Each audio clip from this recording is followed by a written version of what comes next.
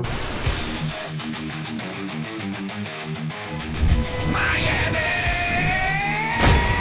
To mission control, we have liftoff. Phinhub! Phinhub! We talking Dolphin City! Phinhub, Phinhub! Yeah! It's that Dolphin Show! Phinhub! Welcome to the Finhub Show, the one NFL podcast you can't leave off your roster. Now here's your host, Joey and Kevin Tejido. All right, welcome back to another episode of the Finhub Show, powered by BetUS. If you guys haven't already, make sure to check out BetUS and use code YouTube150 for 150% deposit bonus. The next two deposits will be for 125% bonuses. So make sure to check out YouTube. So make sure to check out BetUS and use code YouTube150 to get started today. So we've talked about the releases and So we talked about the big moves the Miami Dolphins have been making with releasing Raheem Mostert and other guys who are starters. Who else do you think could be released potentially for the Miami Dolphins before they actually get into free agency? If I had to guess who's next, it's Jake Bailey. Okay. Yeah. I mean, look, we got rid of our special teams coordinator. We know how bad that's been. That's been a dumpster fire for, I mean, since we got rid of, I can't even remember his name. Brian Flores. Mm-hmm. I guess I just want to forget his name so bad. I don't even want to talk about him. But yeah, I mean, it's just logical. The guy has put us in shitty situations, for the last couple years now. And if we're only holding him because he knows how to hold the ball for Jason Sanders the right way so he can make the kick, that's just there's plenty of better options that I'm sure punt way better than him. And I think we save about 2-point-something million in cutting him. So maybe draft a guy in the later rounds. Maybe, there has to be a better option out there. So yeah, there's some other guys who I think are a little bit more of like a pop. I would say Bradley Chubb is one of those that could potentially be on his way out just because the Dolphins would save so much money. It's just hard to guess that one because I see the appeal to dropping him, but I also see the appeal to keeping him. So it's like... And not only that, but what we gave up a lot for him. Yeah. So that's another reason why maybe you keep him. And we're also talking about a guy in Chris Greer that traded for him and is fighting for his job. Exactly. So you're kind of admitting more. It's not so admitting. Which is another thing too. You're admitting you made the wrong move there. Sure, but what I would also say is that if you're trying to keep this job, like a lot of people have this as you got to keep the talent around you. A lot of people have this as the year that if Chris Greer and Mike McDaniel do not step up and win a playoff game this season, then they're out of a job next year. So it's kind of like a 1-year deal for them, 1-year tryout for them. I feel like they could be that too. So what you want to do is you want to keep as much talent as possible. Bradley Chubb is a talent, and he's dominant when he's at full strength. Yeah. He is. Yeah. Now, we also saw what last season was. You literally didn't have Chubb or Jalen Phillips. So you were working with a rookie the entire time, and he killed it.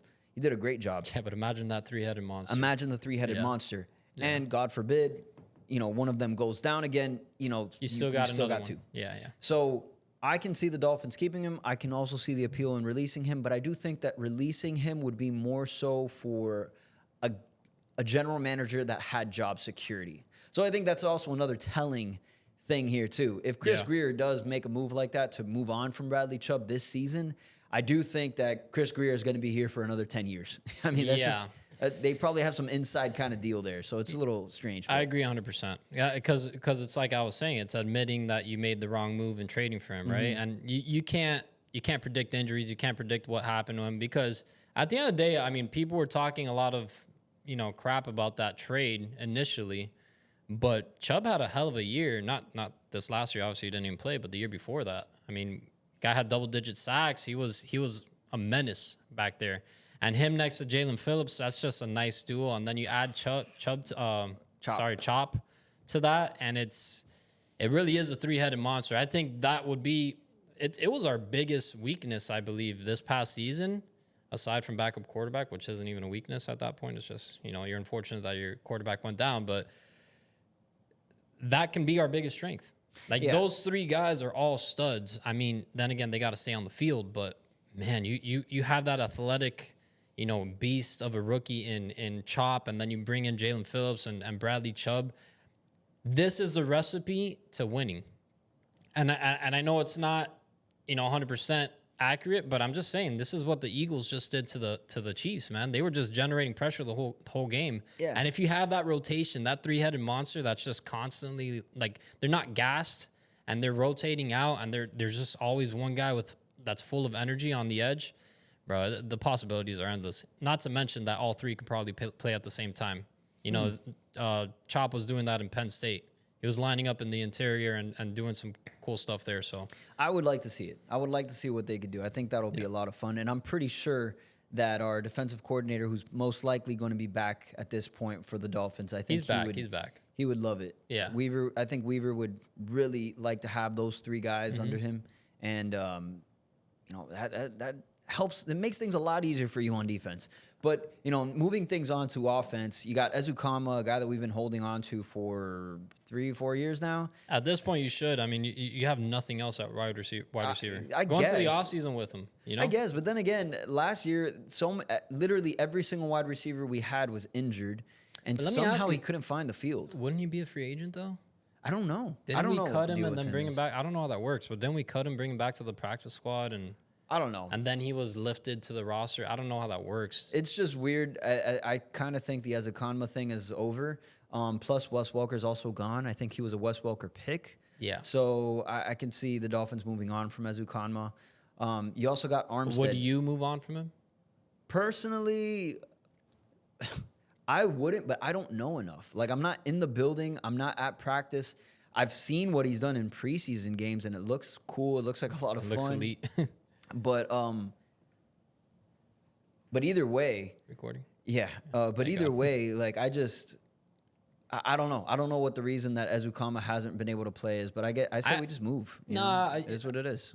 What I would do is not promise a roster spot, but like go into the offseason with him, do the whole thing, the training camp, see if he makes it, see if he can stay healthy throughout that process, and if he looks good, why not? The guy will be like if you carry 7, he'd probably be your 7th. You know what I'm saying? So it doesn't really matter then. It's just a guy that you have rostered. And, I mean, it does in a sense because look what happened to us this year. But moving on to a guy that actually does matter in the receiver room who is making an impact is Tyreek Hill. Okay. And his comments from the Super Bowl rounds that he was doing. What did you take from all that? I don't know. It's hard to tell what's going on here. I don't know if he's playing nice, and then maybe behind the scenes the Dolphins might be trying to trade him. Even though what we've seen is the Dolphins said they're not trading him. Tyreek said he wants to stay. I don't think it's going to happen. I think that contract's too hard to move. At the end of the day, we'd be eating a bunch of money. Essentially, we'd be paying for Tyreek to play on another team. The only way we're doing that is if someone's offering us a first or second round pick.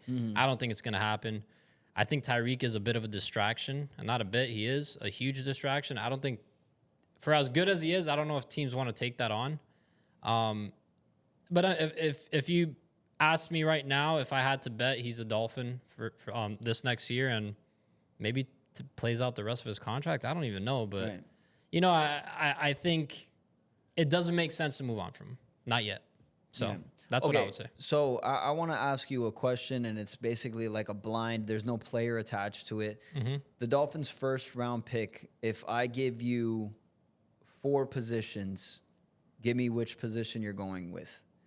Quarterback, safety, tight end, or offensive tackle. And at 13, we're not trading up or anything like that. It's just those 4 positions. Which one do you select? Or not offensive tackle, let's just say lineman. Which one would I want based off of who's potentially there, or just no, just a blind, whatever. Which way would you go with those 4 positions? Quarterback's out.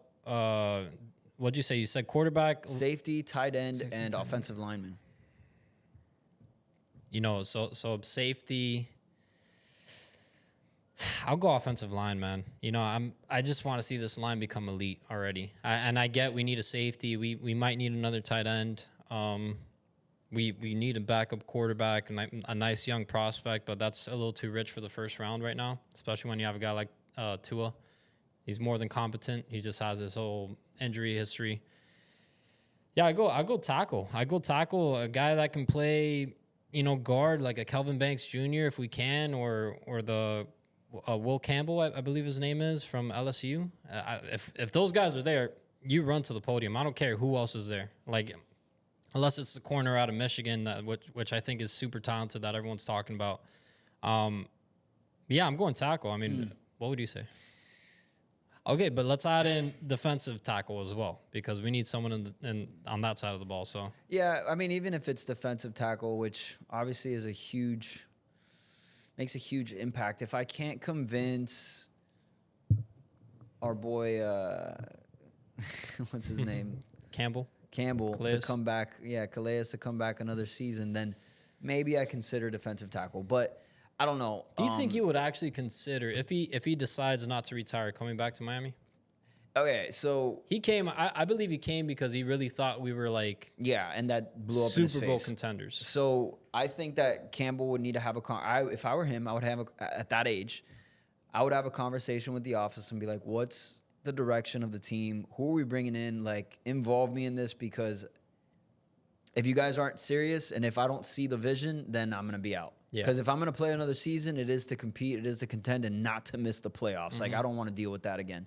So that being said, there's so many positions that you need to fill. I think the Dolphins keep Tua. You obviously have to. Yeah. Who's a great quarterback in his own right.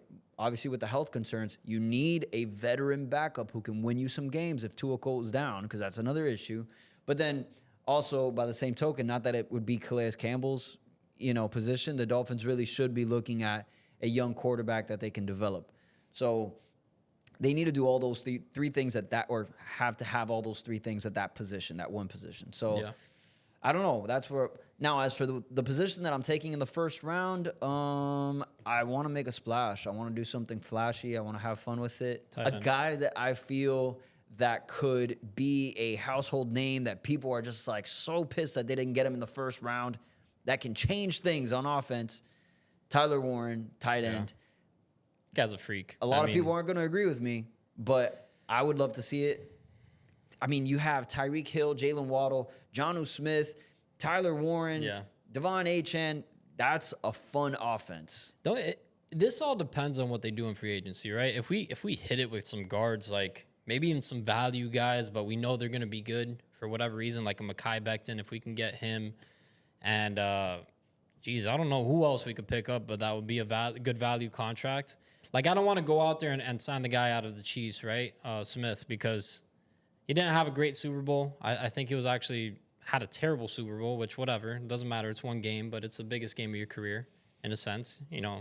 He's played in other Super Bowls, but the last Super Bowl that you play is the biggest game of your career. You know what I'm saying? Right. So, yeah, if we could do that, then I can see why that would be appealing to the Dolphins too. I mean, you're making basically another position group that I wouldn't say it's a weakness, but you're making it like a super strength now, because now you got your guy in Jonnu, and now you have this young stud in Tyler Warren. The possibilities are endless there. And this guy can block, he can throw, he can catch. Like, he does a lot of cool things out there that you just add another whole weapon to your group, right? Achane weapon, Tyreek Hill weapon, Tyler Warren weapon. I want to say Waddle too. Obviously, when he he's an catches the extreme ball. weapon. Yeah, when they catch the ball, right? But yeah, I would love that pick. I'm not one of the ones that would complain. If you told me that one of those tackles were there and we got the tight end, I might be a little bummed out, but I'd be like, I see it. Like, I see why they might want to take a swing on this. And for all of Chris Greer's faults, I do think that he's hit on a lot of these first-round picks. Like, he's gotten some studs, and the latest one has been a superstar, in my opinion, a super stud in Chop, which, some people were pushing back on us when we were saying that last year. But so weird. it was just weird. I mean, the kid was killing it every week, and it's I don't think they were really paying attention. maybe I not. think it's Maybe not, because you got to see the sack to actually be like, oh, that's when he's good. But if you're generating pressure on every play and you're causing 3-and-outs single-handedly against a team, I mean, dude, you're dominating. Yeah, no, he was killing it. He was killing it.